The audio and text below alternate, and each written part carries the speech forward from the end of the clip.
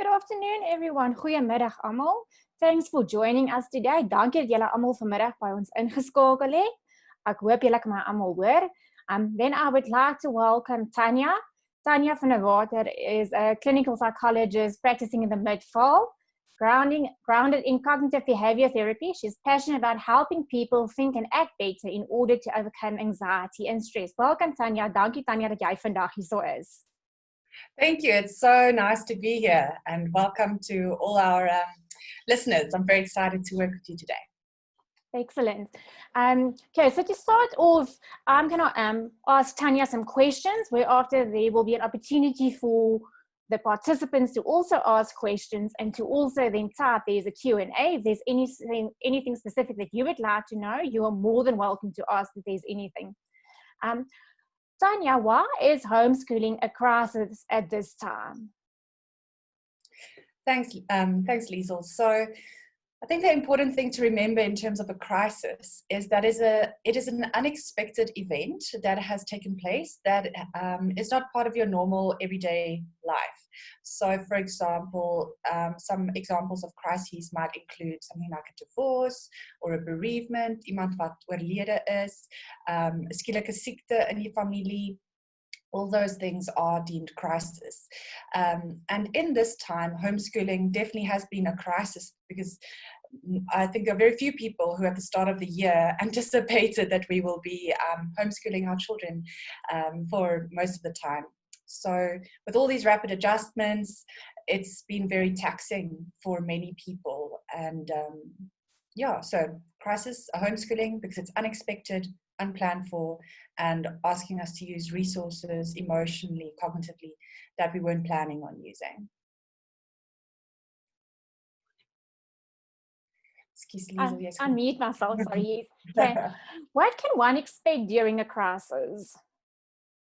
So there are many different theories about crisis. One of the most famous theories about crisis is made by Ellen Kubler-Ross. She did a lot of work with patients who were busy dying. And she found in her work that there were some stages that people would go through during a crisis. So, for example, it might start off with some denial. No, I'm not sick. No, this is not happening to me. Nee, daar is nie COVID-19 nie. Dit gaan nooit gebeur met my en my kind nie. Ons gaan fyn wees. So denial. And then there's a phase that she called bargaining. So at that time, maybe when somebody maybe passed away and you say, I will do anything. I will read my Bible, pray every day. God, if you could just bring this person back. So you start making deals with God, with a higher power, of selfs deals met mense om jou, waar jy sê, ek sal X, Y, en Z doen, sal jy net asseblief dat hierdie krisis verbygaan. So bargaining. The third stage, that she identified, is called anger. So that's where you experience a lot of frustration, and this frustration can come out in many different ways, this anger. It can be turned inward in a form of depression, or it can be turned outward, can be towards unsuspecting people who are not actually the perpetrators, like you kick the dog when it's not the dog's fault, or you take it out on the children, or usually the people closest to us. Then she identified depression as really recognizing how bad things are and how difficult things are and how challenging it is to work through it. But then eventually you move towards the point of accepting my situation, adjusting, adapting, and moving on. So the trick with her theory is that not all crisis situations looks exactly the same or goes through the same steps. And it's also not a linear process. So it's not that once I've completed denial, I'm never going to go back there. It's a messy process. So in terms of what to expect in a crisis is to expect the unexpected. So even with having this model, it doesn't always apply. So expect a lot of uncertainty, expect a lot of emotions, expect a lot of fatigue. And I think it's also safe to say that you can expect a lot of growth in a crisis situation. It's not all bad, it's just hard. Thanks, Tanya. How can a parent or caregiver navigate during this crisis? Super.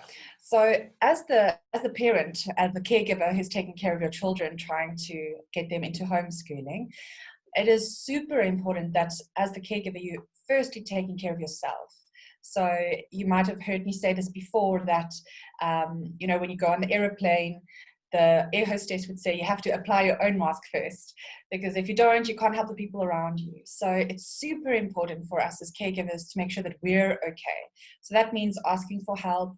It means that we engage in self-care. It means that we put up boundaries. You're not the teacher all the time or the disciplinarian all the time. There needs to be a time for you to have fun, and it's okay to have fun without your children as well. So all of those things are super important for us as caregivers to get through this crisis time. Okay, excellent. Then, what are some of your favorite self-care tips that you would like to share with the audience today? Oh, super. This is one of my favorite topics. So tell me if I must slow down. So um, the easiest one for me to remember is the value of being able to go to the loo on your own. So if you have a toddler, that's not always, a privilege that you're granted. But if you can lock the door and have a few seconds to yourself, it's such a great time to engage in self-care. So self-care doesn't have to be, the big glamorous things like going for like a spa day or, completing the Comrades Marathon. If you have time for that, fantastic, do it. But it's not always possible. In those circumstances, to engage in what we call micro self-care. So like I mentioned, that moment where you're alone in the bathroom. Something you can do is to take a few seconds to just ground yourself. So one of the ways you can do that is to really push your feet down on the floor. So maybe even while you're listening, you can try this with me. So what you would do is you would try to feel your shoes. You would try to feel what it feels like on the floor. It's a way to just connect with your body in the moment. The next thing you want to do is maybe to regulate your breathing. When we're feeling anxious or overwhelmed, what often happens is we start breathing quite shallowly and quite quickly. So what you want to do is you want to breathe in through the nose for 4 counts and hold it for 4 counts and out through the mouth for 4 counts. So breathing, just regulating your breathing. The next thing you can do is, as you're leaving your cubicle or whatever, when you wash your hands. So COVID-19 is a great time for self-care because we all have to wash our hands so many times. While you're washing your hands, to imagine all those worries and all those stresses that you have. Imagine that they're going down the drain as the water is being washed off. And the other thing you can do is while you're standing there washing your hands, looking in the mirror, to look yourself in the eye and just really recognize yourself and those affirmations that you're really longing for from people around you. Maybe you want your kids to say thank you, or you want your husband to say, yes, you're doing a great job, I'm so proud of you. Instead of waiting for somebody else to say it, in that moment, specifically if you're alone in the bathroom, I wouldn't recommend doing this around other people. They might think you're a bit crazy. So, but you take that moment and out loud, you look yourself in the eye and you say, hey, you're doing a good job, or I believe in you, or I'm so thankful for you, or I love you, to affirm yourself in that moment. And as you can imagine, those 4 things that I shared now, grounding by putting your feet on the floor, regulating your breathing, imagining the worries being washed away, and giving yourself that affirmation. All of those things together doesn't take more than 2 minutes. So it's definitely something that's doable on a day-to-day basis. And specifically in those moments of overwhelm where everything just feels too much, you can engage in that immediately. I've got more ideas, but I don't know if there are any questions yet from the audience, Liesel. No questions as yet. You guys are welcome to share your questions. Julle is welkom om julle vrae te deel. In the Q&A, you can type your questions and you can also send it anonymously, so we don't need to know who you are. So you're more than welcome. We are here for your questions. So I think in the meantime, Tanya, if you want to share some more tips, I've implemented some of the tips that Tanya shared because we discussed some of this before, and it definitely helps. Locking your door for the 2 minutes and then just letting yourself be, it really does help. So that's something that I can confirm. So let's see if any questions come in while we listen to some more tips. Super, thank you. So other self-care tips, what I find very helpful is to engage in some journaling. The reason why that is super helpful is that you're engaging your whole brain. So instead of just letting the emotions get stuck, here in the middle of your head, in the emotional system, the limbic system in your brain, you're by writing about it, by talking about it, you're engaging with a more advanced executive functioning in your brain. And by putting things into words, it helps you to put things into practice. So some people enjoy journaling, some people enjoy chatting to a teddy. If you have a kid who's might be a little bit more anxious, they can talk to a teddy. And then always your best friend is also a really good resource in this time, so to chat about these things. I wanted to mention some research that they have done on the brain. So they would put people in a brain scanner, and while they're lying there, there's like a little video screen. And on this video screen, they would show images that would elicit a specific feeling. So miskien 'n slang wat reg is om te pik. And what would happen is, as soon as that person sees the picture, the middle of their brain would light up. So that's where we have the limbic system, the emotion regulation system. And what they had to do next is they just had to look at the photo. And the next thing they had to do is they had to identify what they are feeling.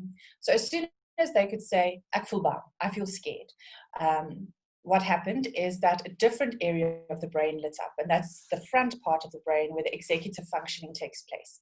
And by being able to name that feeling, what happened was that the experience of anxiety, for example, with a snake example, would actually diminish. So by being able to label it, the thing hasn't gone away, but you know what it is, so you've given it a name, so you can deal with it a whole lot better.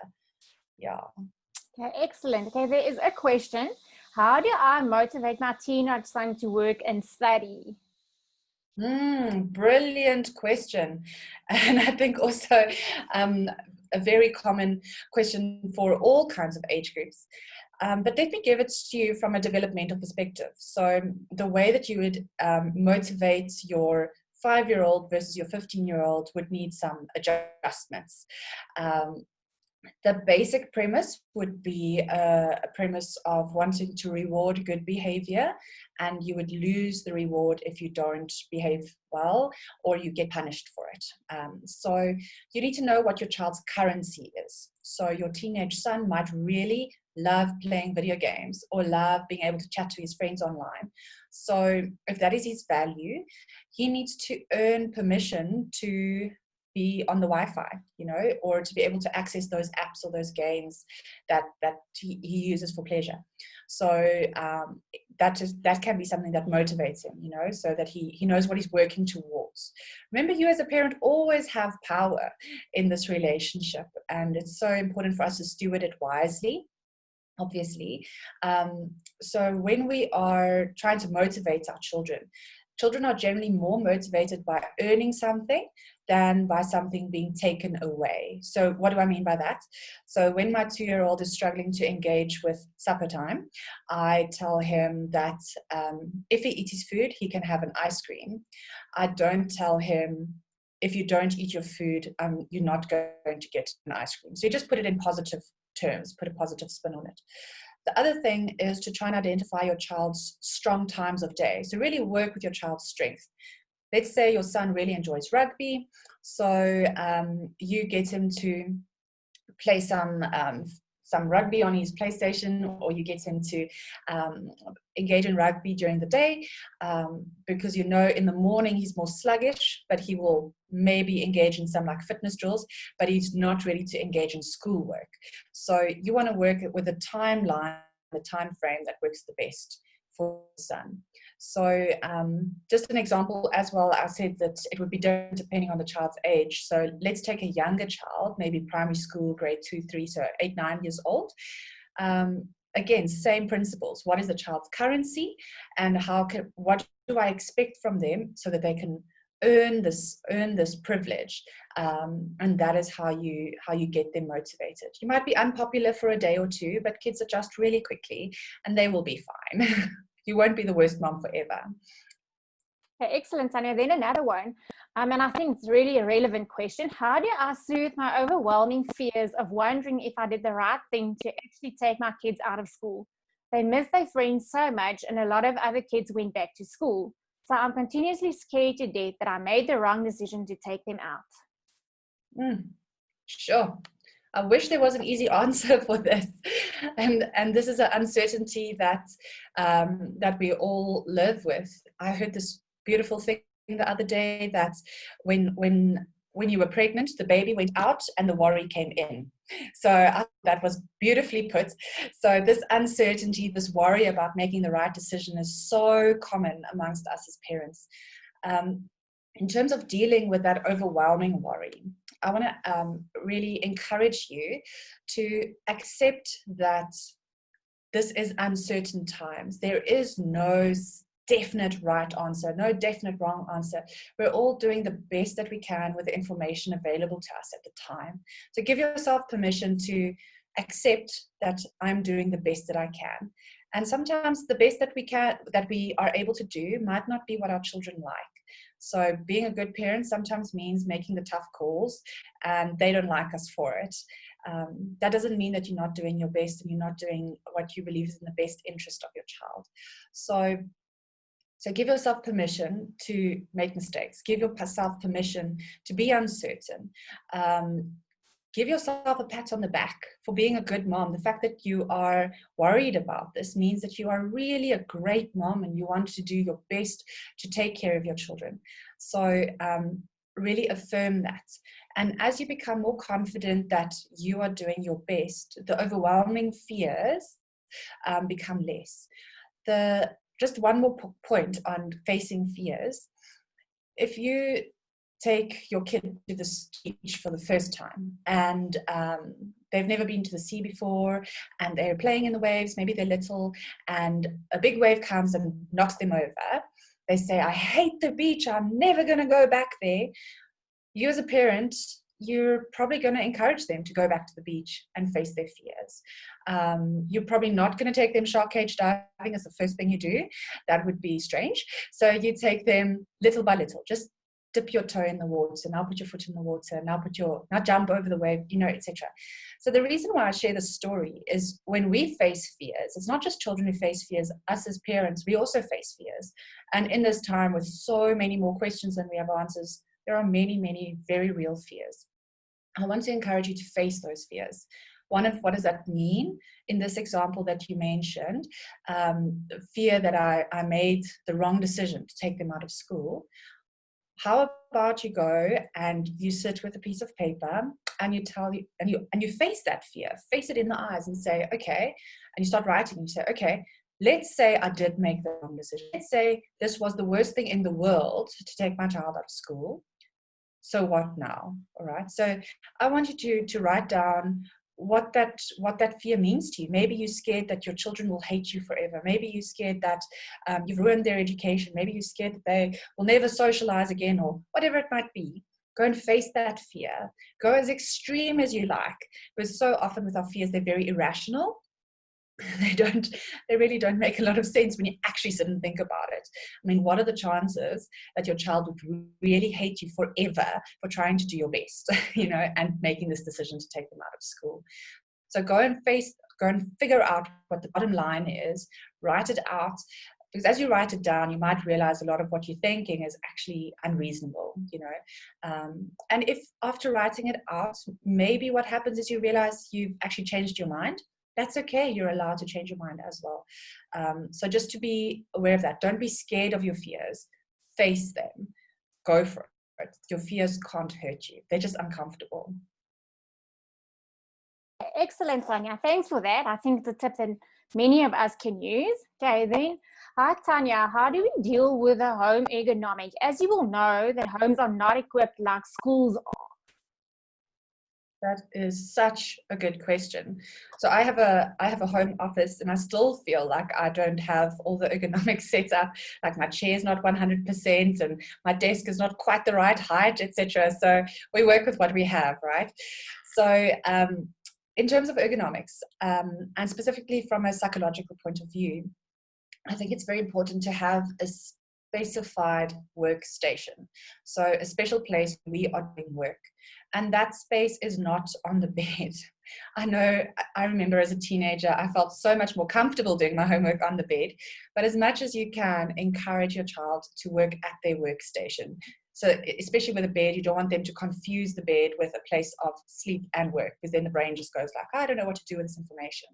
So having a special workstation where there's lots of good natural light, where there's a comfortable chair, not so comfortable that you can't sit up straight, it's just hard enough so you're activating your core. And then to make the best with what you have. One of the wonders of online schooling is that it's so flexible. So maybe if your child's a child that enjoys a lot of variety, you want to do some lessons at the desk, and you want to do biology under the tree in the garden, and you want to do home economics in the kitchen, or whatever the thing might be. So be flexible. That is the wonder of homeschooling that the school environment doesn't have. So work with what you have, and engage with your child as well. Remember, your anxiety might not be your child's anxiety. They might think they have the coolest workstation. You're like, oh no, they don't have this and this and this. Check with your kid what they need, and then what can we do about that? Problem solve together. Excellent. There's so many nice questions coming in, keeping me busy. How can I help my son and myself with stress in these times? Super, super. In terms of stress, I find that it's very helpful to consider all the different elements of my life, all the different sections of my wellness. So if you had to imagine drawing a circle and dividing it up into slices, like a pizza or a pie, and giving every slice a label that represents something in your life pertaining to your wellness. So it could be your social relationships, your financial wellness, your diet, your sleep, exercise, engaging with rest, how are we sleeping, etc. You get the idea. What you want to do is maybe to color in that wheel, that pizza slice. So the middle of the pizza represents zero satisfaction. So at the moment, that section is not performing well at all. You're not well in that domain. And the outside of the pizza represents I'm doing super well there. The stress is not impacting that section of my life. So what you do is you take each segment and you start coloring it in depending on how satisfied you are. So for example, sleep, let's say your sleep is going really well, maybe like at 80%, you start coloring in from the middle of the pizza slice and then coloring it outwards. And you do that with every single slice. The reason why I encourage you to use this wellness wheel is because when we feel stressed, we feel overwhelmed with everything that's going wrong, and we underestimate how well we are actually doing. So that's the first reason. So by doing this pizza slices thing, you can see there are many components to your wellness, and in many areas you're actually doing quite okay. The second thing it helps you to do is it helps you to see which areas am I not functioning optimally in. Where is the stress really eating into me? So maybe your diet has gone out the window, it's chips and chocolates and everything that's wonderful. So if that's the case, you can say, all right, this is a target area. So there is a lot of stress right now. So what is one small thing I can change in this domain? So I am going to buy a chocolate only on a Friday, and I'm going to share it with the whole family, and the rest of the week I'm not. So in terms of dealing with stress, what you want to do is you want to get small, actionable plans. Otherwise, the stress can feel so overwhelming. With this wellness wheel, it's very easy to do with your child as well.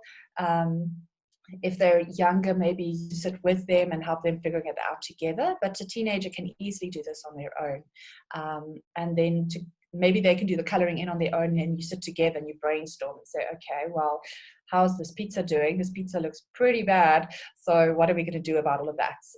But what you want to do is you want to recognize what is going well and then take action steps, small things that I can do to change it. And then you implement that. It mustn't be so big, because then we're just never going to do it. Like going on a big diet, that's not going to work for me. One small step. Excellent. Thanks, Tanya. Then the next question that I'm going to go to is, how do we control fatigue? And especially, I think also like Zoom fatigue and like screen fatigue, it's a very real thing. So obviously the antidote to fatigue is rest. In terms of rest, it's important to also consider that rest is not just lying on the couch watching TV, although that is pretty great. Rest is also engaging in exercise so that you can activate your body again. So after like a whole day staring at a screen and sitting at a desk, that whole like slouchy thing that's happening, to counteract that, you want to engage the muscles again. You want to engage and wake up the body. So controlling fatigue, I think it's important to put boundaries in place. You have special times that are available for different things. So setting limits, like we're going to do 4 hours of screen time and 2 hours of paper-based study, and then we have to engage in 2 hours of free play or whatever. So to have special boundaries that everybody's clear on. And obviously these boundaries can be adjusted. If it's exam time or it's crunch time, you might need to engage in more mental energy. So that's cool, but then counteract it over the weekends and make sure that you are eating well, taking in enough water, exercising. Those things can make a big difference for fatigue. And obviously the biggest thing is to sleep. So if there are issues with sleep, then address that as a matter of importance. Maybe there's something that you need to change in the room to make the room darker or cooler or warmer, or the pillow harder or the mattress softer. You know, there are so many things you can do. So make sure that you and your child are getting good quality sleep. It's good for their brain. They can learn better. It's good for their emotional well-being. Everybody's happier when everybody has slept.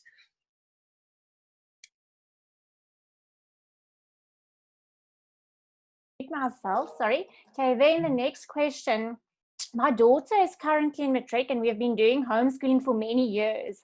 However, my daughter is one of those who suffers from freeze when she is overwhelmed and she literally shuts down. And how does one deal with this? So it sounds like when she's overwhelmed, she gets really anxious, and that intense anxiety just makes her freeze. So for those of you who haven't heard of freeze before, you might be more familiar with fight and flight response.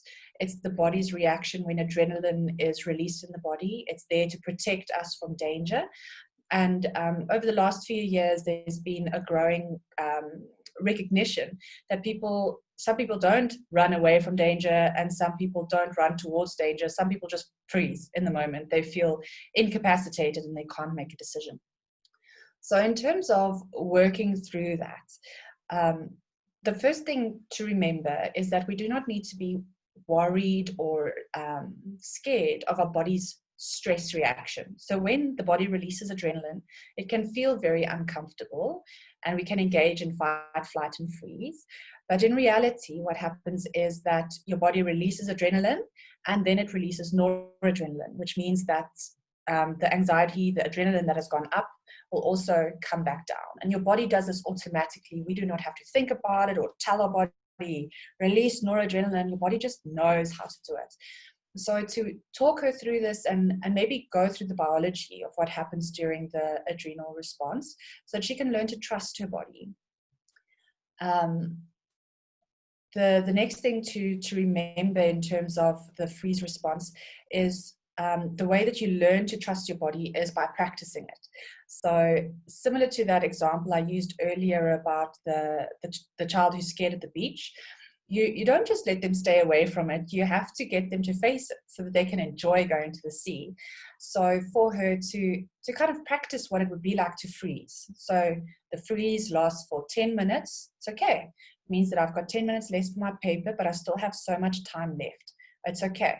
I'm just going to take a deep breath and I'm going to keep going. So what often happens with anxiety is that we kind of make it worse for ourselves by getting stuck in our heads.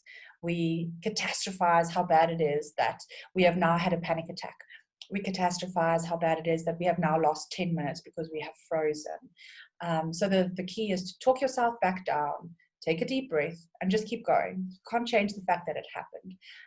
Obviously, if she's really stuck with these things, a psychologist can really help her work through these things. So, you're not alone. There are many of us who experience high levels of anxiety, especially in exam and test situations. Thanks, Tanya. I'm just trying to see. Okay. I'm going to read the question in Afrikaans and then you can perhaps answer it in English for the English. Okay. Perfect. Ons kom na die derde kwartaal in, ook net met homeschool. Hoe hou ek my kinders kalm wanneer dinge dalk te veel raak? Hulle is nie elke dag fliks nie en agterraak is nie vir my 'n opsie met hulle skoolwerk nie. I love your honesty. I love your honesty. Because I mean, if I think about my own life, my level of productivity is not the same every day either. And there are definitely days that I kind of have to play catch up. So I love how you say your kids are not performing at the same level every day.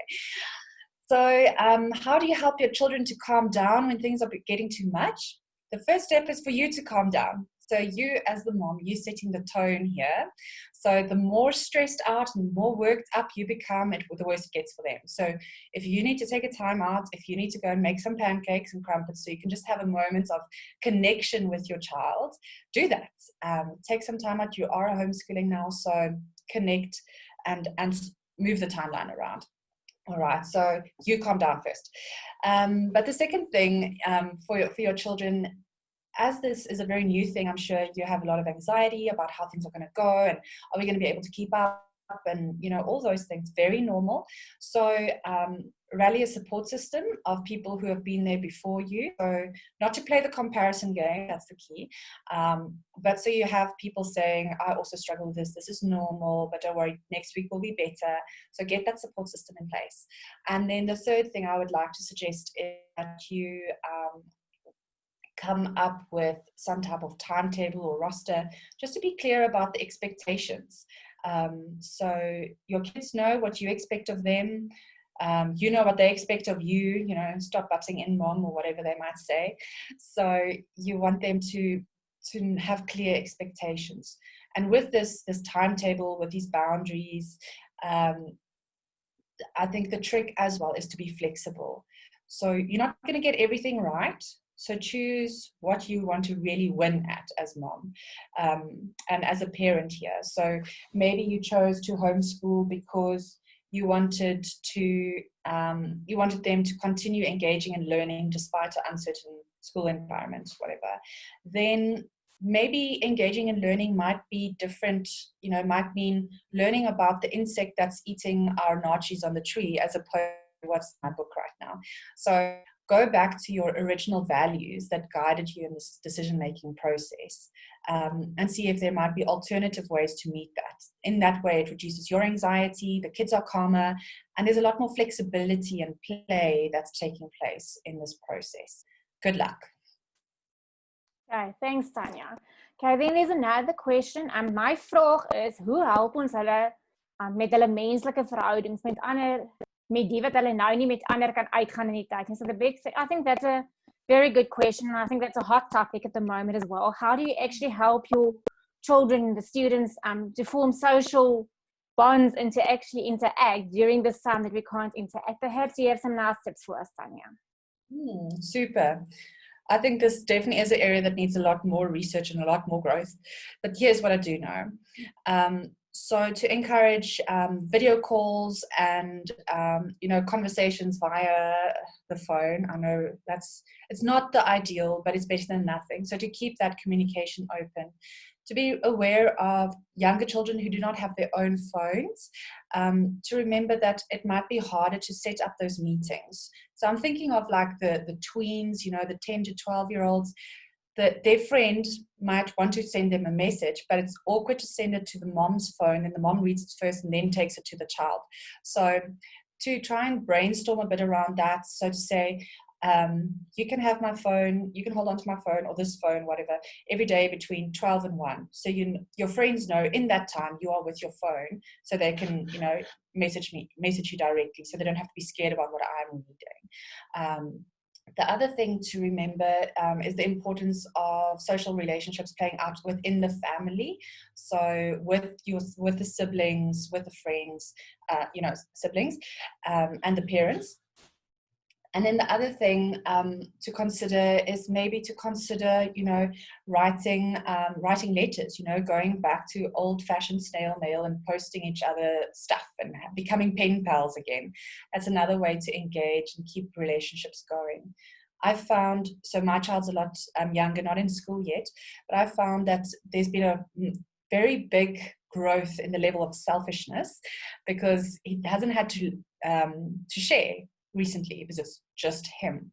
So to engage and encourage that behavior, to continue sharing, whether it's sharing with your teddies or sharing with a dog or sharing with mommy, those social behaviors that we value, give them other ways to practice that. And then lastly, in terms of empathy, I think that's the other thing that really gets lost in terms of social engagements. So to practice more as a family, to discuss the shows that you watch, the books that you read, to discuss what the characters are experiencing. So in this way, you constantly modeling and guiding your child in that empathy process. So those are some ideas, and I hope that we'll have much stronger guidelines soon. Okay, thanks, Tanya. Kevin, I think this was referred to in one of your previous questions on the answers.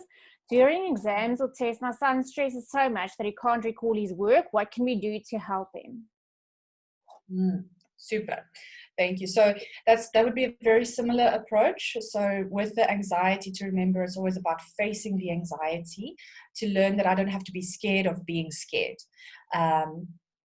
Because that's when it gets worse. You just want to feel scared and get over it and carry on.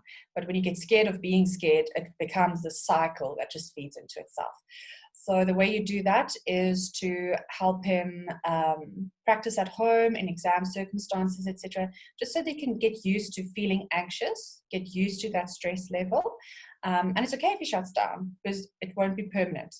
It's okay. Let's time how long it's going to take you today before the work comes back. Okay, today it's 15 minutes. Okay, time you again tomorrow. Get them all stressed out, etc. And look, today it's 12 minutes. You've already decreased with 3 minutes. You want to give them a corrective learning experience. That anxiety, while it's very unpleasant and I don't like it, can't do anything bad to you.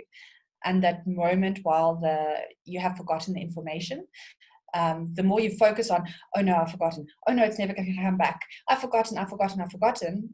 Obviously, it becomes a self-fulfilling prophecy. So you want to say, all right, I've forgotten right now. But it's okay. Maybe I'll remember just now. It's a way to talk yourself down and just to wait it out. So those are some ideas. Again, with this anxiety, this is really something that a psychologist can really help coach your child through. So those are my tips. Hats off to teachers. How can I assist my ADHD child with regards to attention span? If he's not interested in the subject, I truly struggle to get him engaged and get them to attend to the subject. Yes, how much my respect for teachers have grown in this time, for sure. So in terms of an ADHD child, I think it depends on age, what you would do specifically, but I'll guide you through the basic principles. So in terms of your child's strengths, I would try to maximize his strengths during subjects that he doesn't enjoy engaging with. So let's say he's excellent at sport, so then those subjects that he hates, he can do what, let's say it's maths. So, and he's really good at cricket. I'm really just flying off my head here, so stick with me. He's really good with cricket, but he hates maths. So he's doing his sums, which is like 12 plus 18 or whatever. So you get him to talk about it in cricket terms. And that way you match something that he's interested in with something he's not, to make it better. The other thing that you can try is, if it's the movement that he enjoys, to then physically go and run up and down those many times, and then to try and connect it in that way. The other thing we find really helpful in terms of assisting children with ADHD is what we call scaffolding. It's where I set up steps for them. So if you imagine a building and you're busy building a tall building, you can't build the roof first. You start off by building the foundations, and you build higher and higher. And the scaffolding, gets bigger and bigger and bigger the higher you go. So to not expect your child to perform up here when they're currently over here. You just want to teach them enough to engage a minute longer, and then 2 minutes longer, and then 3 minutes. You get the idea. So set manageable goals, and the way that we also engage in that scaffolding. So it's basically like mini goal setting, small little goals, stepping stones along the way, is once again to reward good behavior. So whether it is you sat still for the 15 minutes that we were going to work on your maths, well done. You didn't do any of the math, but you sat still, so well done, kudos to that. And then to sit still and listen, and then to sit still and listen and do two sums, and to do two sums and get them right, etc. So little by little, you're focusing and praising what you are doing right and saying, what is the next thing I'm expecting of you? Okay, excellent, Tanya. Then I think a bit of a difficult question. Hi, Tanya. We recently lost a family member due to COVID. I'm still grieving and can't seem to focus on teaching my child daily. Any tips on how to move on? Sure. I'm so sorry to hear about your loss. And I wish you luck in the grief process. So in terms of moving on, just to go back to one of the earlier questions about crisis. So Ellen Kubler-Ross, a lot of her work was about grief. You know, it was palliative care, it was patients who were busy dying, etc. So grief is very, very sore and complicated process. So you're allowed to take your time to grieve. Remember, everybody's grief looks different. So you might be grieving different to your partner or to your sibling or to your parent or whatever, or your child. It looks different, and that's fine. There is no right way to grieve. In terms of moving on, I found that for persons who are experiencing grief, it starts getting easier once you've had some significant anniversaries that have taken place. The first birthday, the first Father's Day, the first anniversary, the first Christmas, you know, those kind of special family events. I know it's painful to go through it, but it's also such a relief that those firsts are done. In terms of moving on until you reach those firsts, it's okay to talk about the person that you have lost, and to not force anybody to talk with you. So maybe your child doesn't want to talk about it, but your friend is willing to talk about it. So to talk about that person and to appreciate who they were for you. Obviously, nobody is perfect ever. And often when somebody has passed away, we find that we only focus on the good because we miss them. So we only focus on the good. So part of the healing process is to appreciate what this person did well and where they really screwed up as well. So to appreciate them for their humanity and the fact that you got to share life with them, at least a part of your life with them. So gratefulness, recognizing your feelings, talking about the things that were special about this person, accepting this person for everything they were, the good, the bad, the ugly, and the fact that they had the audacity to leave. Talking about how it's impacted your fears about COVID-19. All of those things can be helpful. So if you find that you're crying often and a lot, I know many people have found it beneficial to cry while you're showering or in the bath, because you don't have to keep on rubbing your eyes, so your eyes don't get as red. So that's just a little tip. And the other thing is, if you find that it's overwhelming your entire life and you think that you want to be able to function to some degree by now, to maybe make like a memory box or something that can anchor, something physical that you can touch or smell, or a photo you can look at, that you access at specific times of the day. So what you do, let's say you make a memory box with all the goodies about this person. You shove this box under your bed and you tell yourself, okay, right now I still need to spend about 3 hours a day grieving, for example. So what you do is you say, okay, I'm going to grieve between 8 and 9, 12 and 1, and 5 and 6, for example. And in those hours, you take out the box and you actively grieve. So it's almost like forcing yourself to go through the motion. The reason why this works is, sorry about the background noise. Can everybody still hear me? You can hear me, okay. So we were talking about grief. The memory box, there we go. So you start off by doing maybe an hour at a time.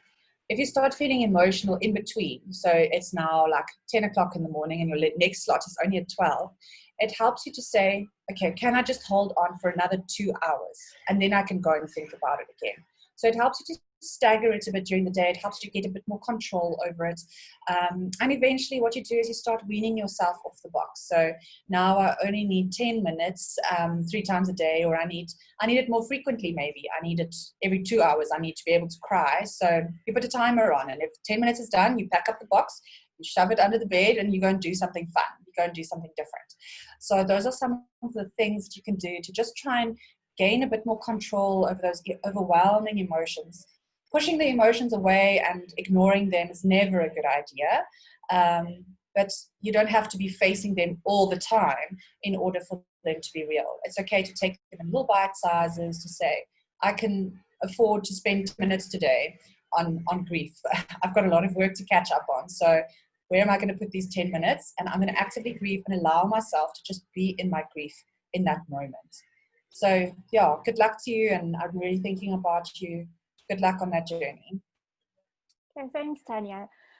For a better learning experience and learning, how do you suggest students work? Do you have any tips to share with the audience on that, perhaps? Sure. It's so broad. It's very broad. It depends on the individual student. It depends on their learning style. It depends on their personality. It depends on their strengths and weaknesses. It depends on how tired they are and how hungry and grumpy they are. So all of these things make a difference. So I know that's not the answer you're looking for, so I'm going to dig deep. For a better learning experience and learning, I think it's about the value of learning. It's about the value of education, to see everything as a learning opportunity. That way, your kid doesn't hate school, because it's not about school. I continue learning, even while I'm at dancing, I'm practicing my counts, or when I'm playing cricket, I need to count my runs, or whatever the thing might be. Everything is a learning opportunity. I see my mommy's hair is turning gray. What in the world is that about? And then you can say, okay, well, there's this chemical and there's this thing in your hair, so it's not about the school book. Obviously, it is an important part, and it's very helpful for structured learning, but about valuing education, valuing the learning process yourself, being an ongoing student yourself. You model that this is a value and this is a valuable thing. So, and encouraging your child to find the means that works the best for them. The way that you learn might not be the way that they learn, and forcing that on them is going to cause a lot of conflict between the two of you. Yeah, Liesel, you might also be in a good place to be able to give tips. What I found when I interact with our homeschooling parents and our students, I really see if there's a set environment where they work. So I always say, create a mini classroom where they know when they enter that room, it's where they're actually going to sit and work. Routine works really well. They don't need to dress up and have uniform and all of that. But I've really found the students who are really successful, and Karen is also listening in the director of assessment aspect. So Karen, if you want to join in perhaps on this, you're more than welcome to. But what I found is really, if there's a set room for them to work in, and they know we're going to start every morning at 8 o'clock or 9 o'clock, or on Mondays we start at 8, Tuesdays we start at 10. You can still be flexible, but I think routine, and I think Tanya will agree with me, if you say in a stick pattern and you know exactly what is expected, all of us actually function that way.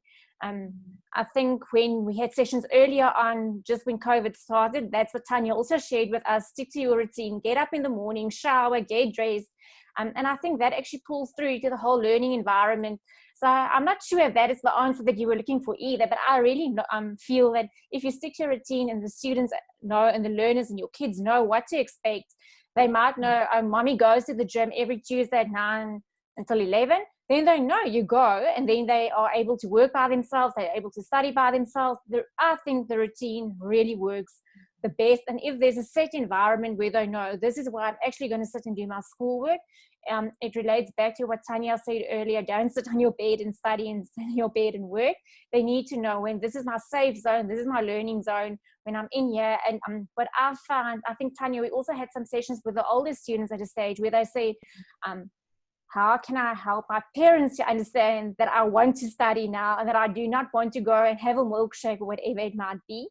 And I think that goes both ways. Is they know I'm in here now I'm going to study. And the same for them, if they are in there, they know they can actually focus on the schoolwork and they won't be bothered, or they won't, a little brother or little sister won't come in wanting to play and whatever. So I think that's the most important thing. I don't know if there's anything that you want to add onto that, perhaps, Tanya, about routine and schedules and everything. I think you said that so beautifully. So the one word that I thought I would just mention is being predictable. So it might feel boring, but it's actually so safe when things are predictable. Other things in your life can be unpredictable. I mean, COVID-19 is uncertain and unpredictable, so that's like more than enough to deal with at the moment. So if you can make school, if you can make learning, and also your attitude towards the learning something that's predictable, it's a safe thing. You can make other stuff more fun and spontaneous and unpredictable. But for this predictability, routine, no clear expectations, like you said, Liesl, I think that's very helpful. And I think that again relates to the questions we had about the anxious learners and the learners with ADHD. All of that actually, once again, relates to being predictable. They need to know what they're going to expect for the day. And I know a lot of the ADHD kiddies also want to know way in advance if something is going to change. So I think that all gets back to that. Are there any further questions from anyone in the audience? Sorry, Liesl. Hi, Karen, yes. Yeah, you invited me to add things. I think as somebody with a very balanced brain, very left brain, very right brain, depending on what I need to do, I think one of the things that might be coming through in the question as well is actually, what do I do to my child? How do I get my child to say, right, here we're going to sit. We've now planned. Now we're going to sit. We know we're going to do it. And now, okay, where do we actually start? And I think one of the big things that I've picked up over many, many years in education is that we as parents didn't necessarily learn in a very productive manner. I think sometimes we wasted a lot of time. And I think a lot of the time we wasted was because perhaps of what the expectations of education and testing were.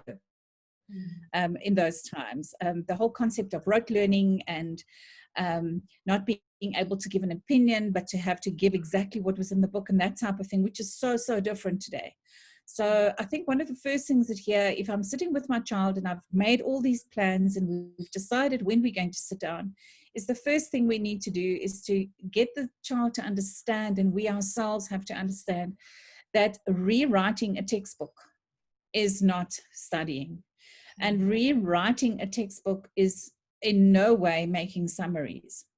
But to actually break away, and there again, it depends on your child. Are you left-brained? Are you right-brained? I love the color part of it, but I hate the chaos of, in my mind, chaos of a mind map. It drives me straight up the wall because things don't follow, in my mind, in a logical pattern, but the colors make it all vivid. So to find what works for your child in terms of, do I use a mind map? Or do I work in a more structured way in tables and in columns? And then to, at the same time, introduce color, because no matter what type of brain I have, color is visual. And that is the coincidental learning, die toevallige leer wat plaasvind met kleur is amazing. If I tell you that my husband enjoys only one soft drink and it comes in a red can with white writing on, I don't have to tell any of you what he's drinking. You all know he likes Coca-Cola. And if I told you that he doesn't like the similar drink, which is in a blue can with some red and white, you'd all know, okay, so he doesn't like Pepsi. And nowhere has anyone ever told you to sit down and study what is the color of a Pepsi can, what is the color of a Coke can. We just know it because we've seen it so many times. And I'm sure you've all sat in a test or something somewhere in your life where you can actually close your eyes and you can visualize. The answer's at the bottom right on that page, and just above it, there's a little picture. And if I could only see that word, and that is really what we're looking for, to make it visual for the child, to replace words with images, to replace long sentences with only core words. The whole idea that students need to give us verbatim is not true. In the physical sciences, for example, we will tell them that they have to give us the definition in grade 12 as is given in the IB SAG. It doesn't have to start at the right-hand side and end at the left, or left and end at the right.